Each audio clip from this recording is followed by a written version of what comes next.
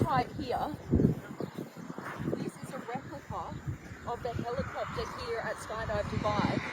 They took 1,200 photos of the helicopter to get every single detail correct.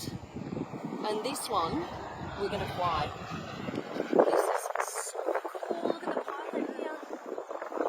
Everything is just so accurate. Unbelievable.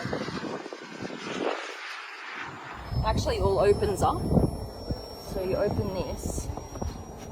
That slides over, and you've got the turbine here, and then the fuel is down here, housed just here, and then you can open this as well. And then here you can also see the pilot. And this one costs about 13,000 euros, and it took 6 months to make. And now we're going to fly it. All right, okay, so show us how it's done.